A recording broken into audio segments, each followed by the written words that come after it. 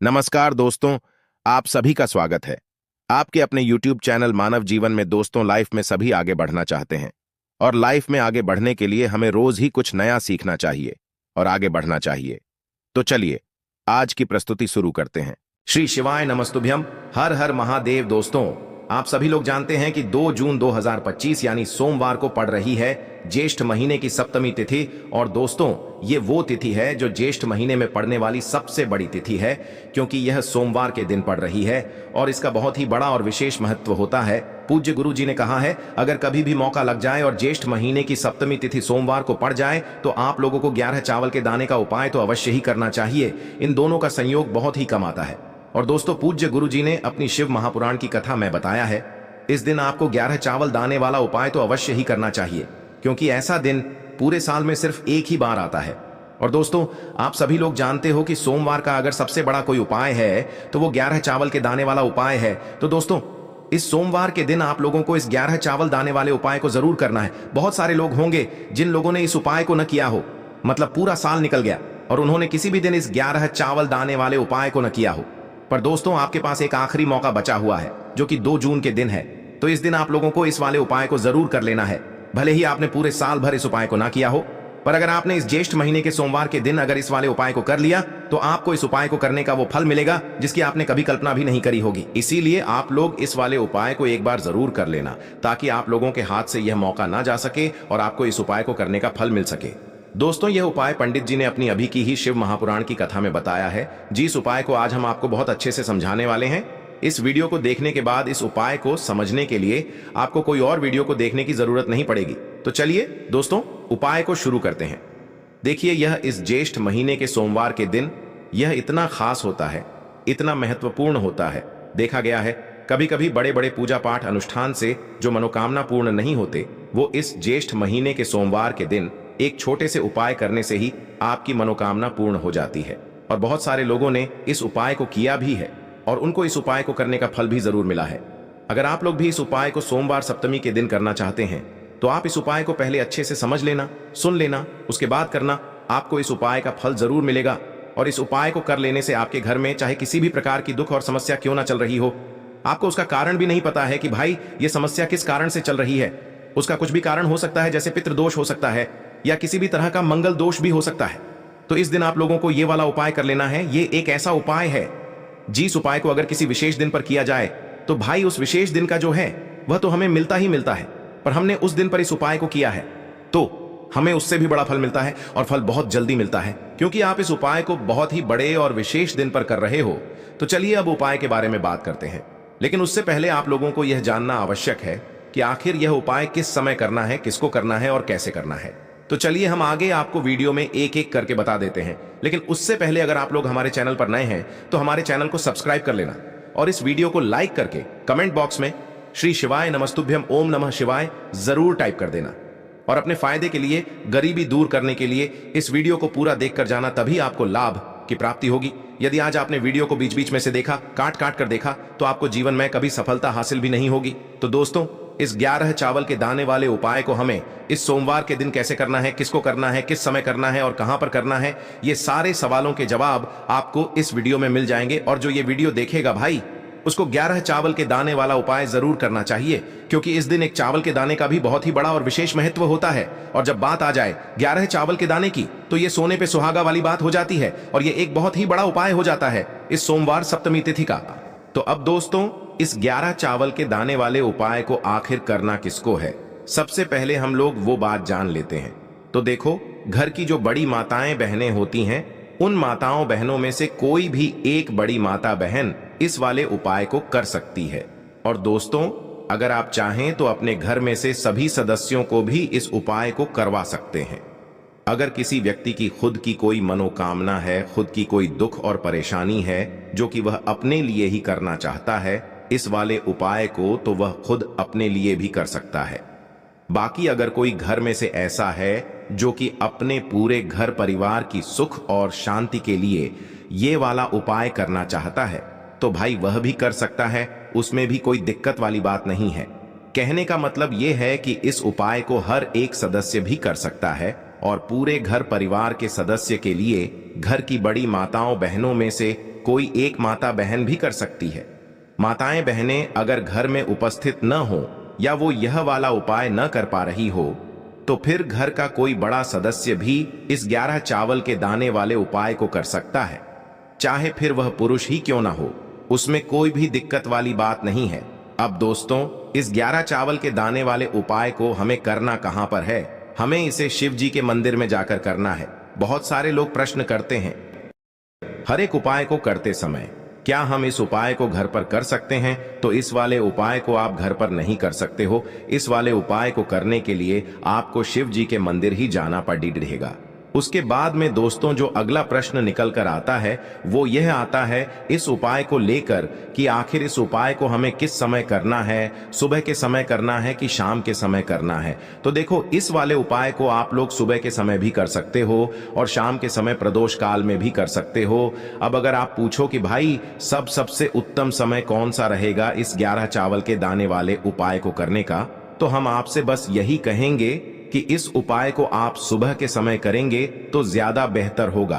बाकी अगर प्रदोष काल शाम के समय भी करेंगे तो भी अच्छा होगा, उसमें कोई भी दिक्कत वाली बात नहीं है। तो अब दोस्तों जो अगली सबसे बड़ी और महत्वपूर्ण बात आती है वो यह आती है कि सुबह अगर हम उपाय को करेंगे तो हमें कितने बजे से लेकर कितने बजे तक के बीच में करना है, और शाम के समय प्रदोष काल में करेंगे तो हमें कितने बजे से लेकर कितने बजे के बीच में करना है। तो देखो, सुबह जितनी जल्दी हो सके आप उपाय को करने की कोशिश करना। बाकी अगर किसी कारणवश लेट भी हो जाओ, थोड़ी देर भी हो जाए, तो 10 या 11 बजे तक भी आप उपाय कर लेना, पर 12 बजे से ज्यादा देरी ना हो, ठीक है? इस बात का ध्यान रखना। उसके बाद में दोस्तों अगर शाम के समय प्रदोष काल की बात करें, प्रदोष काल का जो समय होता है वो शाम के 6 बजे से शुरू हो जाता है। मतलब शाम के 6 बजे से लेकर 7 बजे के बीच का जो समय होता है ये समय प्रदोष काल का समय होता है। पर अभी जो मौसम चल रहा है इस मौसम में जो है शाम बहुत देरी से होती है, तो आप इस उपाय को 7 या 8 बजे के बीच में भी कर सकते हो। मतलब शाम के 6 बजे से रात 8 बजे के बीच में आप कभी भी इस वाले उपाय को कर सकते हो, उसमें कोई भी दिक्कत वाली बात नहीं है। अब दोस्तों यहां पर इस उपाय को लेकर एक और सबसे बड़ी बात यह निकल कर आती है कि इस 11 चावल के दानों को हमें लेना कहां से होता है, और हमें इस उपाय को करने के साथ में क्या और कुछ भी सामग्री ऐसी होती है जो शिव जी के मंदिर लेकर जानी पड़ती है।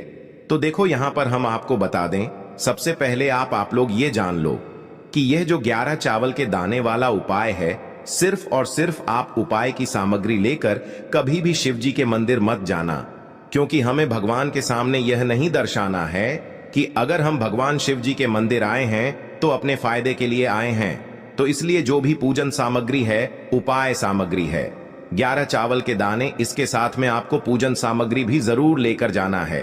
देखो अगर सुबह के समय उपाय कर रहे हो तो सीधी सी बात है, 1 लोटा जल तो आप लेकर जाओगे ही जाओगे। वही 1 लोटा जल अगर मिट्टी का जल हो तो बहुत अच्छा रहेगा। मिट्टी का जल कैसे बनाया जाता है इसके लिए हमने पहले से बहुत सारी वीडियोस बना दी है। आपके पास इस दिन एक आखिरी मौका रहेगा मिट्टी का जल शिव जी पर चढ़ाने का और उपाय को करने का। बहुत बड़ा आपको इस दिन फल मिलेगा। तो इसलिए इस दिन हो सके तो भाई मिट्टी का जल चढ़ाना, तो अपने साथ में कम से कम 1 लोटा जल तो आपको लेकर जाना ही जाना है। अगर मिट्टी का जल नहीं है तो घर का जल भी आप इस्तेमाल कर सकते हो। इसके अलावा जो भी पूजन सामग्री है, देखो 11 चावल के दाने ये अलग आपके रहेंगे और जो आपकी पूजन सामग्री रहेगी वो अलग रहेगी। पूजन सामग्री में आप जो भी चीज लेकर जाना चाहे वो लेकर जा सकते हैं, उसमें कोई भी दिक्कत वाली बात नहीं है। वहीं अगर हम बात करें शाम के समय की, तो शाम के समय शिव जी पर जल नहीं चढ़ता है, इसीलिए शाम के समय आप लोग एक दीपक तैयार कर लें जो कि गोल बत्ती का आटे का शुद्ध देसी गाय का घी का होगा, है ना? इस बात का आप लोगों को ध्यान रखना है और इस दीपक को आपको घर से जलाकर नहीं लेकर जाना है, भगवान शिव जी के मंदिर में जाकर ही जलाना है। इस बात का भी आप लोगों को ध्यान रखना है। अब दोस्तों यहां पर हमें इस बात को समझना है कि यह 11 चावल के दाने हमें लेना कहां से है। क्या हमें दुकान से लेकर आना है या हमें अपने घर से लेना है या कहां से लेकर आना है और कौन से चावल लेना है, क्योंकि चावल भी बहुत प्रकार के होते हैं। तो देखो इन सभी सवालों के जवाब आप लोग एक बात में सुन लो। कि भाई ये जो उपाय है, इस उपाय में आपको ये नहीं देखना है कि भाई कौन से चावल है, कौन से चावल नहीं है। बस जो भी चावल ले रहे हो वो चावल का दाना सबूत होना चाहिए, मतलब साबुत होना चाहिए, टूटा हुआ नहीं होना चाहिए, कटा पिटा नहीं होना चाहिए। ये बात आपको ध्यान रखना है। बाकी आपका चावल बासमती हो या सादा चावल हो या कोई सा भी चावल हो, उसमें कोई भी दिक्कत वाली बात नहीं है। तो सीधी सी बात है कि आपके घर के रसोई घर में जहां पर आप भोजन बनाते हो, वहां पर जो भी चावल आपके उपस्थित हो, उन चावलों में से अपनी एक कटोरी भर लेना या एक मुट्ठी चावल अलग से निकाल कर रख लेना। क्योंकि हम 11 चावल ही यहाँ पर इस उपाय में लेने वाले हैं, तो हमें यह चावल के दाने गिनकर निकालने पड़ डढ़ेंगे। इस बात का आप लोगों को ध्यान रखना है। तो अपने उस चावल की कटोरी में से या चावल में से 11 ऐसे चावल के दाने आप लोग निकाल लो जो कि टूटे हुए ना हो, कटे पिटे ना हो, जिनमें कोई दाग ना लगा हुआ हो, है ना। अच्छे साबुत चावल के दाने 11 दाने आप लोग निकाल कर रख लो और इन्हें किसी भी एक कागज की पुड़िया में या किसी एक छोटी सी कटोरी में आप लोग रख लो, ताकि यह सुरक्षित रहे। आपके एक भी चावल का दाना इधर उधर ना हो और आपका उपाय भी पूरा अच्छे से हो जाए। तो भाई जैसे ही आपका उपाय की जो सामग्री है, 11 चावल के दाने ये तैयार हो जाते हैं, उसके बाद मैं आपको जो भी अपनी पूजन सामग्री है, सुबह के समय कर रहे हो तो 1 लोटा जल या पूजन सामग्री जो लेकर जाना चाहो उसकी भी तैयारी कर लेना। और शाम के समय जा रहे हो तो भाई अपना जो दीपक है उसे तैयार कर लेना, ठीक है। और उपाय को करते समय शुद्धता का विशेष रूप से ध्यान रखना, ठीक है। सुबह सुबह स्नान करने के बाद ही उपाय को करने की आप लोग तैयारी करना। उसके बाद अगर शाम के समय की बात करें तो शाम के समय आपको स्नान करने की जरूरत नहीं है, पर शुद्धता का ध्यान रखना है। आपको स्नान तो नहीं करेंगे, आप हाथ मुंह धोकर भी इस वाले उपाय को शाम के समय प्रदोष काल में कर सकते हैं, इसमें कोई दिक्कत वाली बात नहीं है। तो आप अपने उपाय की पूरी सामग्री तैयार करके आपके पास ही में जो आपका शिव मंदिर हो वहां पर पहुंच जाइए। सबसे पहले शिव मंदिर में जाकर आप लोगों को उपाय नहीं करना है, पहले भगवान के दर्शन करना है, भगवान से आशीर्वाद प्राप्त करना है, फिर शिव जी की शिवलिंग के पास में आना है। शिवलिंग के पास में आने के बाद आप जो पूजन सामग्री लेकर आए हुए हैं, जैसे कि सुबह गए हुए होंगे तो 1 लोटा जल और जो भी पूजन सामग्री लेकर आए हैं आप उनसे भगवान शिव जी की पूजन कीजिए। सबसे पहले तो 1 लोटा जल ही चढ़ेगा, उसके बाद में आपकी पूजन सामग्री चढ़ेगी।